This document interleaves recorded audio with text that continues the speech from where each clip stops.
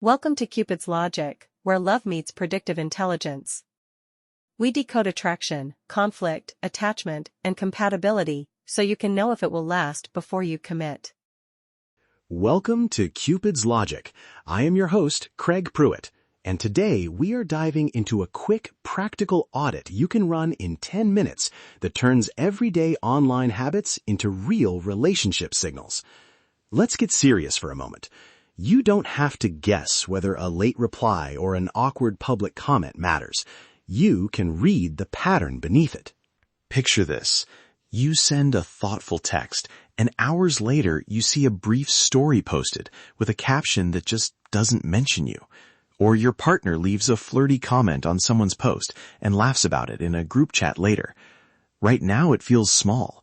Weeks from now it becomes a recurring worry you can't shake. That slow-burning ambiguity is what I call digital footprint friction. Tiny online things that, untreated, become trust leaks. This episode is about spotting the patterns before they become expensive problems. In the next 10 minutes, I'll give you 3 things. 1, the 4 high-signal online behaviors that reliably map to attachment and conflict styles. 2, a 5-point PRISM-style checklist you can use tonight to get a 30-90-day risk read. And 3, one short, non-defensive script that opens the conversation without escalating defensiveness. We'll focus on patterns, not single moments, because occasional lapses are normal, but predictable habits tell the real story. Ready? Let's start with the first signals. Section 1.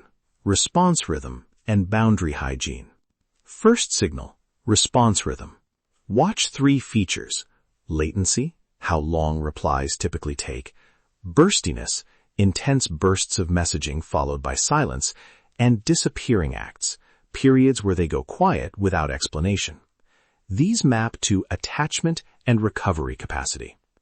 A consistent, predictable reply rhythm usually signals secure attachment and good conflict repair.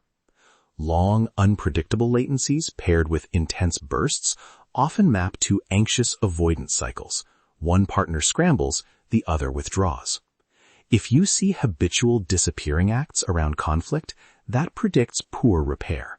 Small fights will grow because one person's silence becomes the other's threat. Second signal, boundary hygiene. This is about public versus private sharing, how much is posted, who has access, and whether accounts and stories are transparent. Boundary hygiene reveals respect for your shared life and for privacy as a trust mechanism. Public oversharing about intimate moments, secret accounts, or inconsistent transparency aren't just annoying, they quietly predict future trust erosion.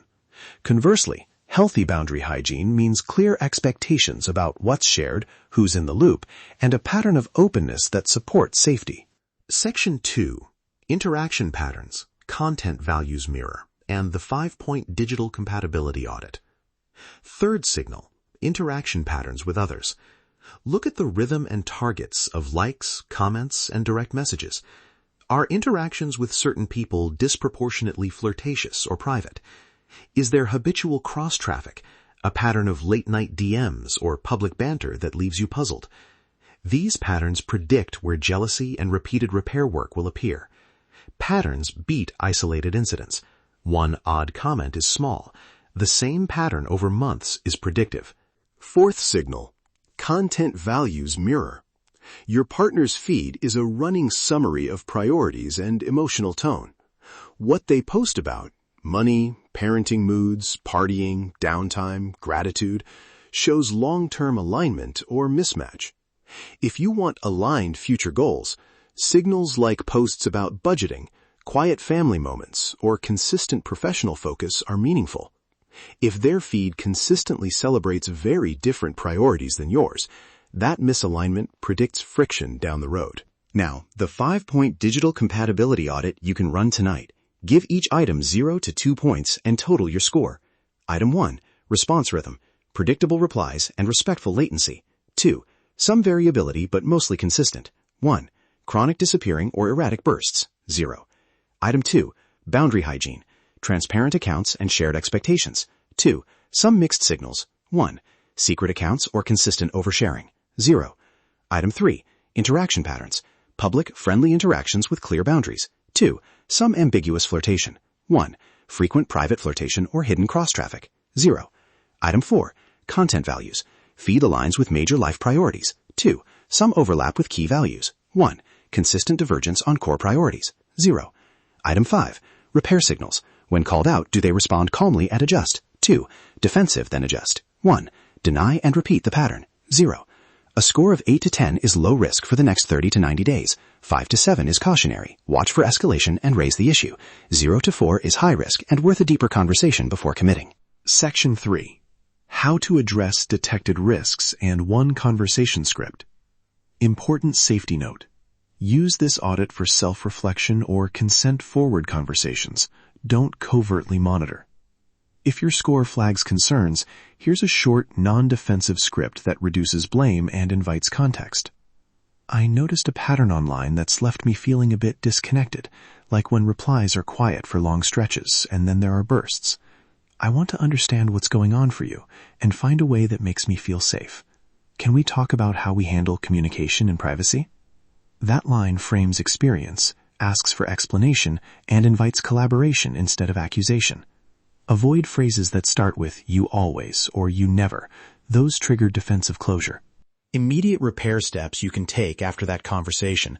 1. Set a simple expectation for response rhythm. Not strict rules, just a shared norm, like, I'll say if I'm stepping away for more than 3 hours. 2. Agree on boundary hygiene. What's okay to share publicly and what stays private. 3. Establish a short repair ritual, a 2-minute check-in within 24 hours after something online feels upsetting. These small behaviors rebuild safety quickly. Consistent small repairs beat grand gestures. Recap. If ignored, these digital frictions tend to compound. Small ambiguities become chronic mistrust.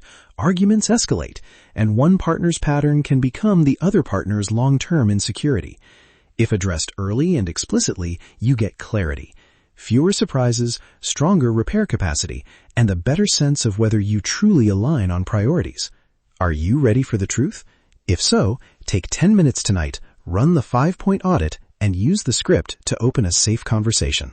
Visit cupidslogic.com for the full diagnostic toolkit, the downloadable checklist, conversation templates, and the PRISM-style scoring sheet to track patterns over 90 days. I would love to hear your thoughts after you try it.